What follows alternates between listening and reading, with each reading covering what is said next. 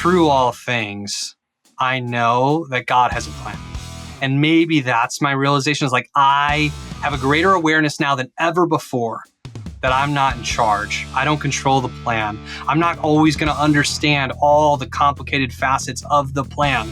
Hello, ladies and gentlemen. This is your host, Matt Drinkhahn, and welcome back to the Eternal Optimist podcast, where we are here to provide hope and a story that you can do it too, where we ask our guests what's the hardest thing that you've ever been through, and then we hear all sorts of answers. And today we are in for a special treat, as I have been chatting the ear off of my new friend, Mr. Justin Janowski, who is, well, first of all, we have the Cutco alumni ship in common, so that felt pretty cool to reminisce and share stories there. But Justin, he's got a few things he's up to, and he's got a great story for us today. And we're gonna ask him a lot of questions, get to know him real well. So without any further ado, let's welcome to the podcast, Mr. Justin Janowski. Justin, welcome, sir. Matt, thank you so much for having me on. I really have enjoyed just getting to know you in the first few minutes of our conversation. And with the number of people we know in common, I'm surprised we haven't met sooner. Happy to be here.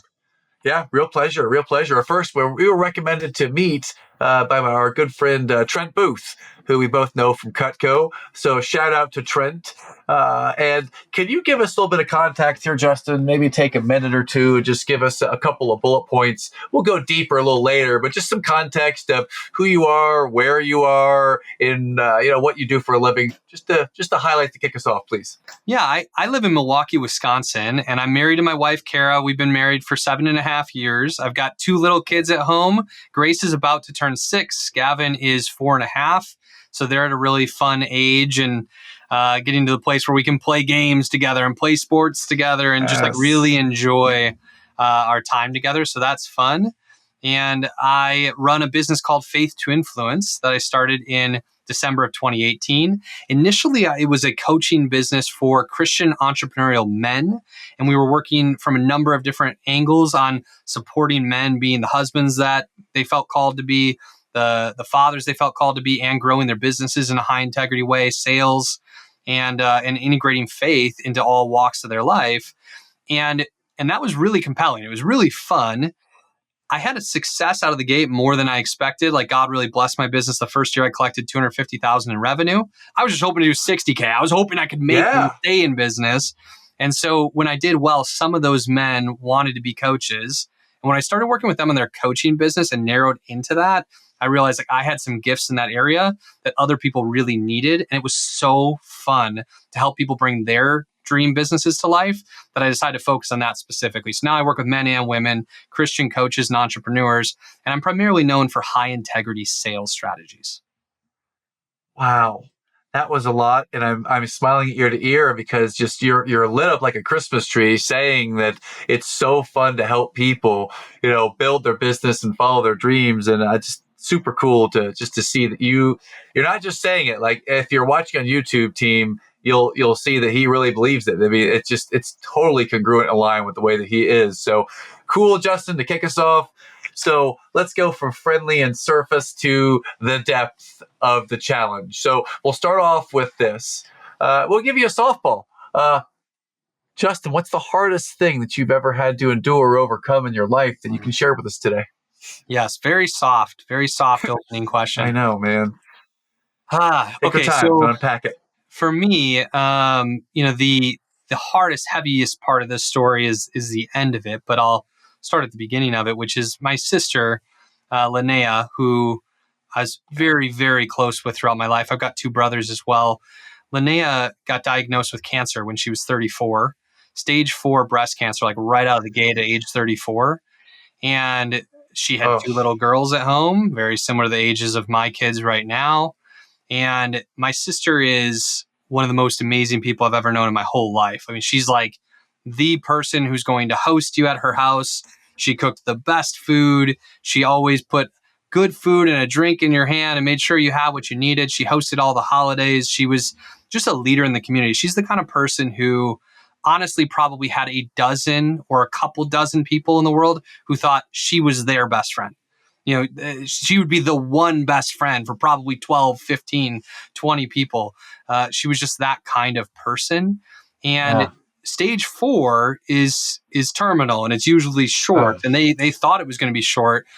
She lived from age 34 to 42, 8 years, and got to a point during that period of time where you probably wouldn't have even known she was sick, because she was so. If you just like met her socially, she was so continually engaged and loving and inspiring in the way that she showed up. She was so strong and so brave. But in 2021, she passed away in June of 2021. We had about a year's notice where the doctor really thought she was inside of her last year. I was living in Colorado with my wife. My kids were very little, and we got this news and decided ultimately to accelerate what we planned. We plan to probably move back to Milwaukee area at some point and raise our family here, but we accelerated. Okay. And during COVID in August of 2020, we moved to a house without having seen it, and got the last year close with my sister. We were just a few blocks away and got to be there with her and got to be there for my nieces, who are now teenagers and lost their mom. And, that year I was her power of attorney, and I took her to a lot of her appointments. I was very, very engaged in supporting her and supporting our family, extended family in a lot of ways, really took a leadership role in all of that. And it was extremely heavy. It was my first real encounter with grief and like Yeah. intense pain. The last year was hard. And like the grief I experienced after she passed was incredibly hard. And it's still hard. And it also had an impact on my business, which I can share about if that's appropriate as well. Yeah. Yeah. That's the What hardest kind of, thing. I'm curious about the emotional, Yeah. maybe the roller coaster of Yeah. like seeing someone you've loved your entire life and then going to the doctor's appointments and taking her home and then doing this and knowing that there's a finite time. I mean, it sounds scary and I'm on the verge of tears just thinking about it. I mean, Yeah. what was it like and how did you get by? It You was know? it was extremely, extremely heavy, like seeing her kind of deteriorate. And, there were a couple of times that she was really not well. And I probably haven't talked about this with like this level of depth publicly ever, but there were times that she was in so much pain that like it was hard to be alive in that much pain. There was a time I was with her at her house, and it was just the two of us. And I just remember her like being in the bathroom, throwing up, and feeling so sick and crying and like feeling like she didn't even want to be here anymore because like how could she be? It's so hard to be in this much pain and suffering, and that was really hard. There was another time that she was at her house, and we kind of had like shifts of people like supporting her and being there with her when she was at her house, like towards the end. And there was a friend who like Linnea didn't want to take her medicine at one day, and like the friend couldn't get her to take her medicine, and like I had to go over and I was able to get her to take her medicine and take her to the doctor. But like the doctor said, like if she didn't get to the doctor's office that day, she would have passed that day. And this is a couple months before she ultimately like did go into hospice and did pass. Like there were just like some moments that were so real and so heavy. Like there was some of our family members maybe at a distance had this feeling of denial Okay. at times, Yeah. Yeah. like, and the eternal optimist idea, right? There's this denial, like, no, this isn't going to happen. She's going to be okay. She's kind of beat this for 6 years, 8 years. Like she's done so well. But I was like so aware and so present to what she was experiencing and what was coming. And I was there at the doctor's appointment where the doctor said that the doctor felt like she was needed to go into hospice. And like we had to make that decision, my sister and I, for her to go into hospice, which means like we're going to care for how she feels and pain management. And this is the beginning of the end. And like that was one of the worst moments of my whole life, that conversation that day, that decision. So Yeah. there was like so much a weight of responsibility and heaviness and fear and sadness and grief and pain, watching her be in that much pain and then feeling the pain that I felt knowing my sister was going to pass on, and Yeah. experiencing the pain of all my other family members, what everybody else was going through. And like there was Yeah. so much weight to that pain and that experience. I thank you for letting us in and sharing that. That takes a lot of courage in itself. Thank you for Yeah. sharing it. And yeah, I wonder how did this experience uh, test or shape your relationship with your faith, Justin? Yeah. It definitely it definitely tested my faith. Like it's really hard to process. Yeah. It's really hard to process death. Like, speaking of the internal optimist, like I've been like an optimist my whole life. And I feel like I was shielded most of my life from like grief and pain and like the intensity of grief and pain and like some of these harder questions. And so this caused me to like really reflect on life and death and heaven and my belief system and all of those things, and like to feel frustrated and like kind of to be wrestling with God is like the language, and somebody Yeah. told me when I was feeling like, this period of like anger, frustration, wrestling like with God, like one of my spiritual mentors suggested that wrestling with God is a good thing because it suggests that we're close. Like we can't Okay. wrestle with someone or something if we're not close to it. And so that like we don't have to have this joyful, happy experience at all times with the creator, that God can know us and meet us exactly where we're at. And the wrestling with God is normal. It's okay. The characters of the Bible wrestled with God, and Yep. that was like that was okay, and that could be normal to not just feel at peace and ease and enjoy with my relationship with God. And yeah, it's hard to process. You and I talked about we have a mutual friend and who passed away a couple of weeks ago unexpectedly. Like for him, it wasn't something that we knew was coming. It was like extremely, Yeah. extremely unexpected. And I felt the same way, totally different, but like the same intensity of like hard to fathom, hard to understand, hard to process. Like, why do these things happen? Yeah. Why is life filled with so much pain? And so it caused me to ask a lot of hard questions, caused me to wrestle a lot, and then ultimately still, like contextualize all of this and process all of this in the presence of God. And Yes. I don't know that I would say my faith is stronger than it was. I don't have like that kind of hero's journey of this story, but Yeah. my faith in God persisted. The hope in God persisted through all of this, and it's still very strong. It's not like it got stronger or I got closer. I just like Okay. now I've got more of an awareness and more of a desire and need, I think, for Yeah. understanding of God, but also this like willingness to let go and say, I'm not going to understand how it all works. And that's not my place. I don't need to understand all of it. I'm so glad to hear this story. This is different than others have shared. It made me closer to God, and your lens is so unique. So I appreciate you shared that. And I'm curious, through enduring and showing up for your sister, how were you able to show up for your business, to show up for your kids, your wife? I mean, Mm. there's a lot. Yeah. How did you? Let's start with the business. How did you Yeah. navigate and manage your business in this very turbulent time? Yeah. My business definitely suffered during this time. So I had grown my business through the first 2.5 Okay. years, prior to this. And, I remember like being at a place in my business where I just had like $100,000 sitting in the business account, which was just shocking to me. I'd never had that kind of financial success or business success. I've been an entrepreneur, a salesperson, but never at like that level of success. So in the Mhm. early years when most people as entrepreneurs are struggling, just trying to make it, like I had that level of financial success. And then through this period of time, like my business took a step back, went down, over $100,000 from one year to the next, which a new growing business, you're expecting to grow. My expenses were higher than ever before. And we had our lowest year. And so it was still a multiple six-figure business, but just not at the level that I was anticipating. And that caused me, because I wasn't able to engage. I was there, but I wasn't able to be all the way there. And sometimes I couldn't be there at all. Like I Yeah. didn't have the mental and emotional strength on certain days to be there, the way that I was. And my clients understood and they were supportive, but they got to the end of their contracts and didn't have renewals like we used to have.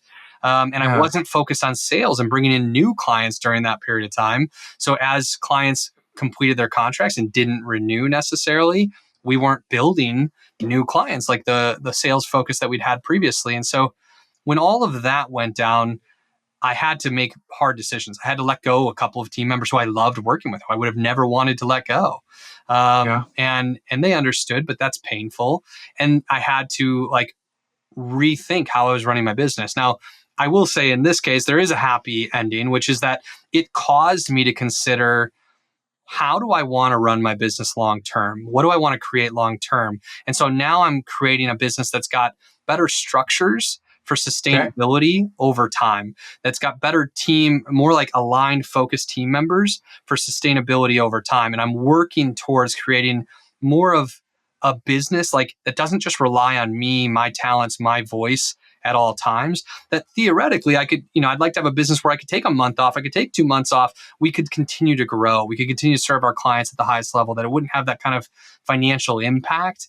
And so I'm becoming a smarter business person with better team structures, etc., than I would have been if this had not happened, because I would have always been good enough, probably, Yeah. to not Yeah. have a moment where I had to change and really be thoughtful about this. So it does make me and has made me better at business.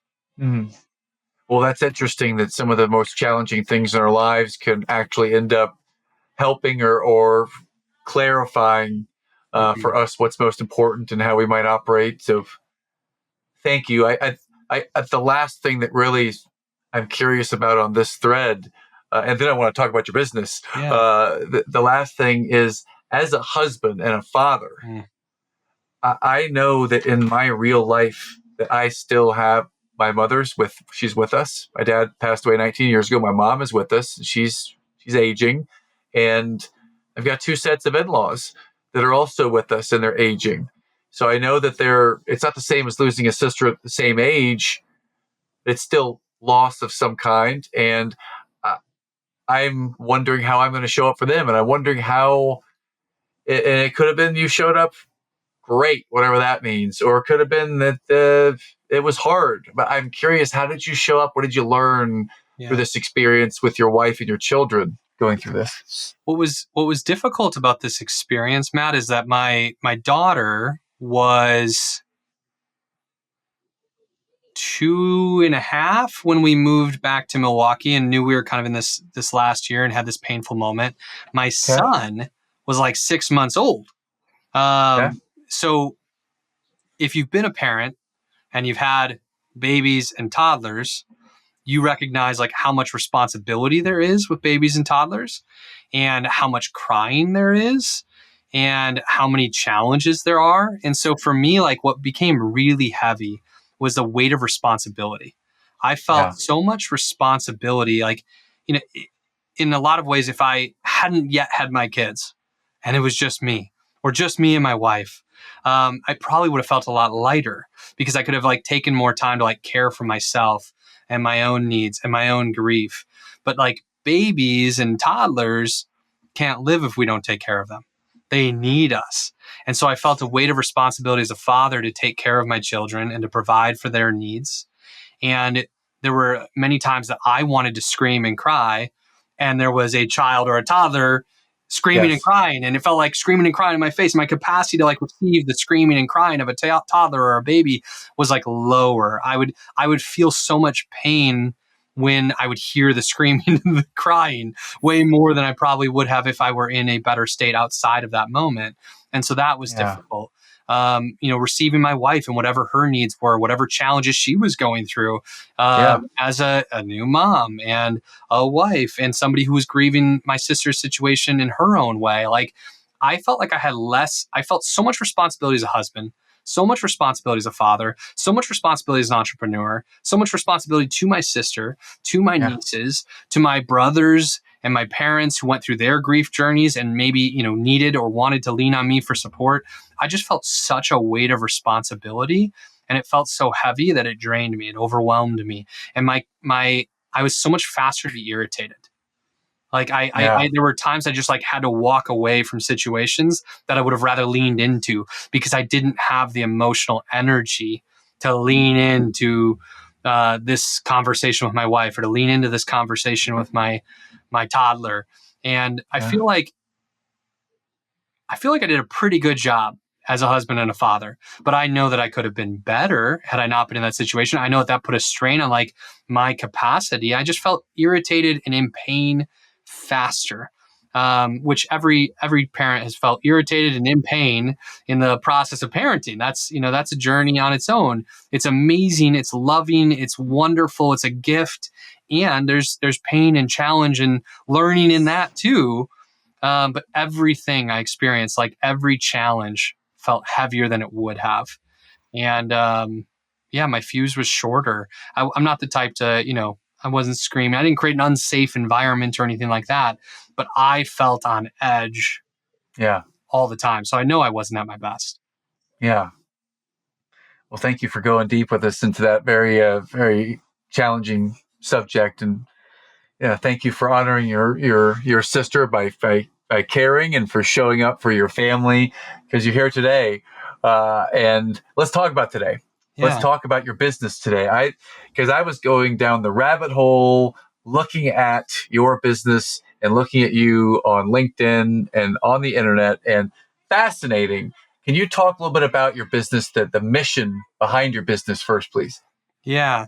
So Faith to Influence, I really started this business. Initially, it was a men's group, a Christian men's group. I think I mentioned this before, either in our conversation before, maybe on the podcast episode, but it was a Christian men's group. And the reason I decided to start this business is I was working for another coaching organization that was very personal development focused and professional development focused and was doing good work, but it was becoming like many coaching businesses in the marketplace today, spiritual without being Christian. And there ultimately became a divide eventually after a certain amount of time there where I just felt like it wasn't fully in alignment with my faith. And so I wanted to be able to serve entrepreneurs, but I wanted to bring faith into it. I wanted to integrate all parts of what we're doing into the work that I was doing, all parts of our life, faith and family and business, and see, can we win effectively in all of these areas? Can we be the same person in all of these areas? Can we bring integrity into all of these areas? And so It started that way. But as I had success with my business early on, my heart has really become to help Christian entrepreneurs fulfill their dreams, bring their businesses to life. And I want to do it in a high integrity way. For me, I know that so many people have old stories about what sales is. They think sales is going to be this bad thing, sleazy, greedy, painful. It's going to be judgmental. There's going to be rejection. It's going to hurt. They'd have to be a different person to be successful in sales. And I know that sales, when done right, can feel like leadership. Sales, when done right, can feel like coaching with an invitation at the end of it. Sales, when done right, I even believe can feel like love, an expression of love. If it's done right, it helps people get more of what they want or become more of who they were created to become. And so I want to stand for changing the way people feel about sales and making it a positive experience for both sides, whether a purchase is made or not. And I want to be influential in making it easy as possible for the right people to say yes. Wow. Amazing. You make me want to go and sell. I'm curious, when you have someone come to you and you're working with them, when I go online and I see you have a sales school. Can you talk a little bit about your sales school? I'm curious what that, first of all, what is that like, your sales school, please? Yeah, sales school for coaches. Yes. It's great for entrepreneurs as well. What I've found in the marketplace, like in the coaching industry, is there's so many different kinds of training programs for how to be a great coach, for how to facilitate group calls, to how to lead a one-on-one coaching call. Many people want to get certification in how to coach and be a coach. But there are undoubtedly hundreds of thousands, probably millions of coaches in the marketplace who know how to lead a coaching call well, know how to serve people well, but they've got zero clients because they don't know how to sell. They don't know how to build a business. And it's like, that's right. We can't coach, lead, or fulfill our vision or give our gift if we do not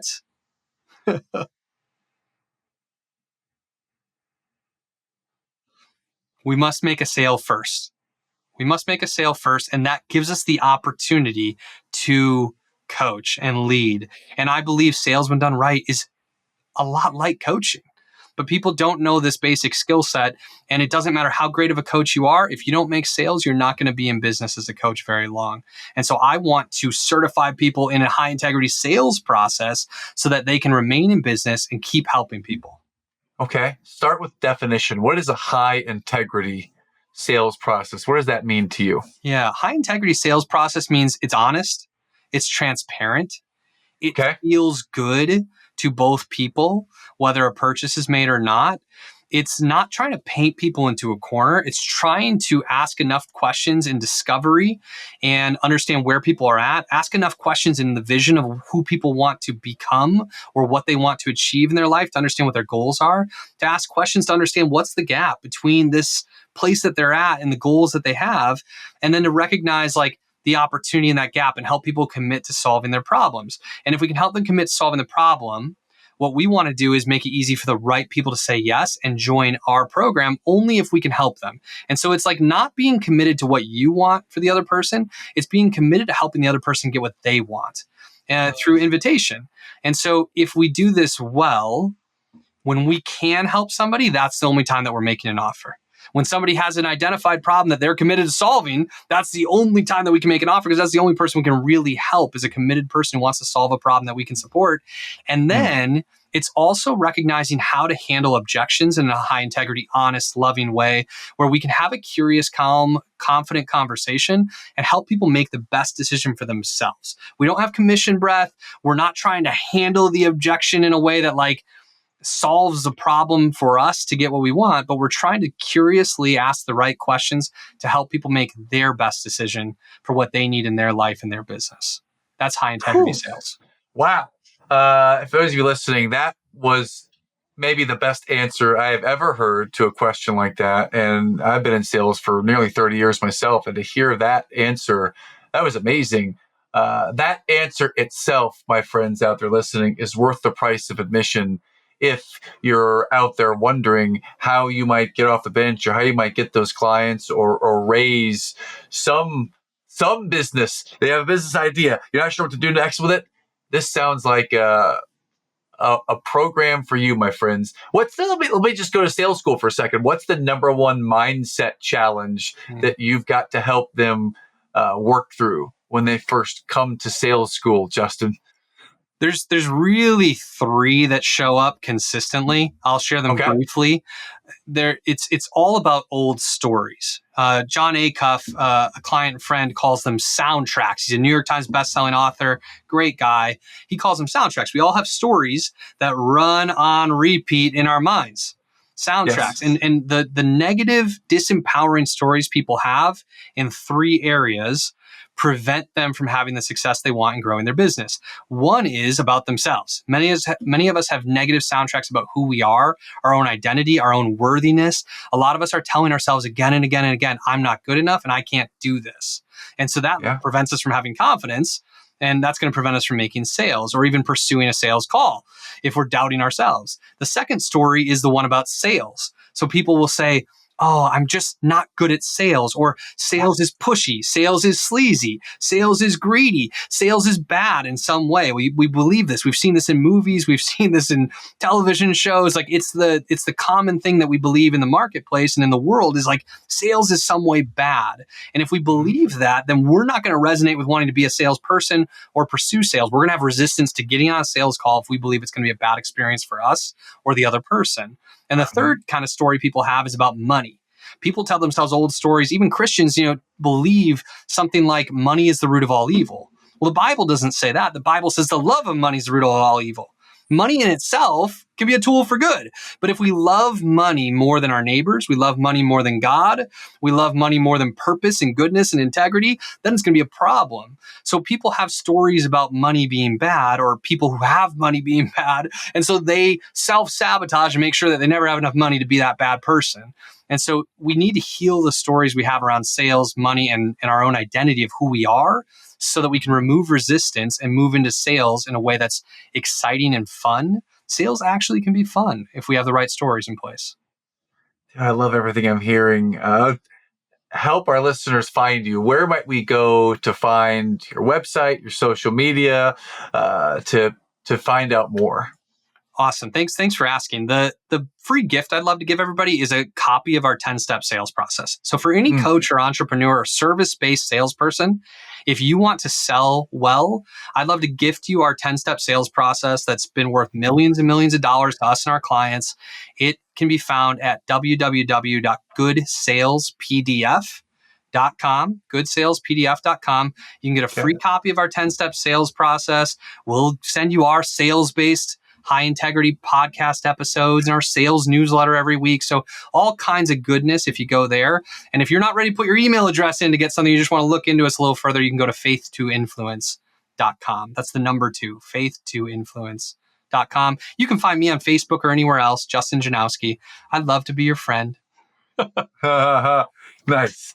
Well, this has been very insightful. And it's great just to get teed up and hear that sales can be something that we do with high integrity, and it is transparent, and everyone wins, and we have a loving heart doing it, and everyone can feel good. And you have not only said the words, but you have lived in alignment with that. Just the way you do it, it's obvious that this is you and that this is legitimate. And team, I've heard a lot of sales professionals in my time, and I can tell you this sounds like a place that I would like to go. I'm going to go there right now and get my goodsalespdf.com 10-step sales process. I'm going to go ahead and sign up for that right now. So thank you for gifting that to us, Justin. Much appreciated. It's my pleasure. Yeah, I'd love to go to the lightning rounds, man. Move to start to wrap things up. The first thing that comes to mind, where would you go if you were a listener? You know what? Before we get to the lightning round, let me just pause for a second because I got to scratch this itch. There are probably people listening right now that are interested in sales, that are interested in what you have to say, but they're a little hesitant to pull the trigger and reach out to you and actually enroll in the school. So if someone out there is on the bench and they are a little bit of hesitation, a little bit of imposter syndrome, whatever it is, how might you advise them to take that first step? Like what's the tip that can help them just get to the next place so they might be able to learn from you? Well, I believe that awareness is the first key to transformation. And so if you are gaining an awareness right now that you want to pursue mastery in sales, you want to grow your business, you want to start to get consistent clients, and a solution's been presented, but you're still feeling resistance, maybe the recognition is that your own resistance is the thing that's getting in the way. A question would be, are you also feeling resistance to booking sales calls? Are you also feeling some resistance to clarifying your offer or to making your offer or to inviting people to buy? If you gain an awareness right now that maybe you are resisting success, you're resisting the next step, that awareness is a step of progress. And now that you're aware of it, that you've got this resistance, you can decide to transform it. And so like taking a action step, taking the first step or the next step can begin a process of momentum of taking action to pursue the things that you want. So if you're like, oh man, I kind of want to check this out, but I don't want to, I want to be anonymous. Well, just go to goodsalespdf.com, put in your email address. It's free, but it's a first step of action towards removing resistance and pursuing the thing you know you need or you want. And after that, you can take the next little step and the next little step. But it really starts there. And for the faith-filled folks, if you find that there's something that's holding you back from pursuing who you want to become, like bring it to prayer, bring it to God. He already sees, he knows what's going on. So the first step can be to bring it to God. It can be to surround yourself with people who speak life into you, encourage you, believe in you, rather than, whatever story that you're telling yourself right now that might be the opposite of that. So those are the things that I would have people consider. Great answer. Thank you. All right, back to the lightning round. So in your time, I see there's a few books down there on your shelf, and I love that. So I'm going to ask you about books for a second. If you had to recommend one up to three, between 1 and 3 books that have had an impact on you, what might be 1 to 3 books you'd recommend, Justin? The first book that really impacted me in a meaningful way was Think and Grow Rich. I'm sure you hear this one a lot, Napoleon Hill. But I read it when I was a late teen, early 20s, and it changed my life. I read it a couple of times. I highly recommend that for people who want to grow and want to be successful in business. Recently, my favorite author is John Mark Comer, who wrote The Ruthless Elimination of Hurry. And he wrote Practicing the Way for people who want to be like Jesus and be apprentices of Jesus, people who want to slow down in a busy world. So I really recommend John Mark Comer. And if I was going to give, so I know I gave 2 for John, so I'm kind of at 3 already. Typical overachiever. I'm at 3 already. I'll leave it at the 3. I'll leave it at the 3. Okay.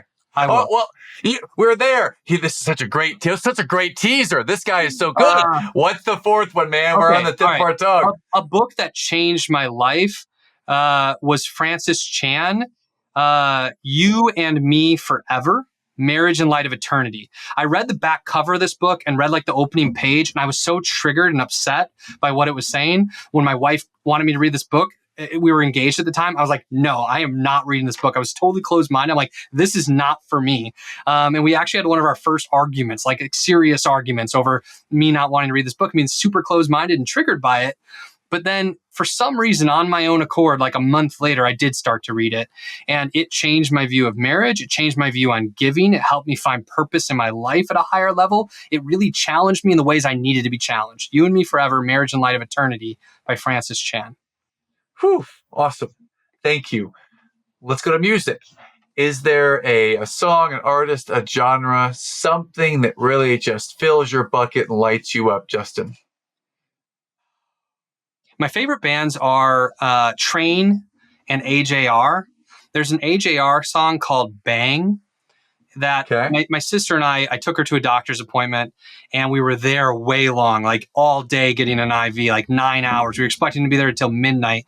And at 10 p.m., we got out 2 hours early, and we were so happy. We were like dancing our way out of the hospital and got in the car, and like this song came on, Bang by AJR, and like, I'm going out with a bang, bang, bang, bang. And like all these, it's like a really fun like anthem.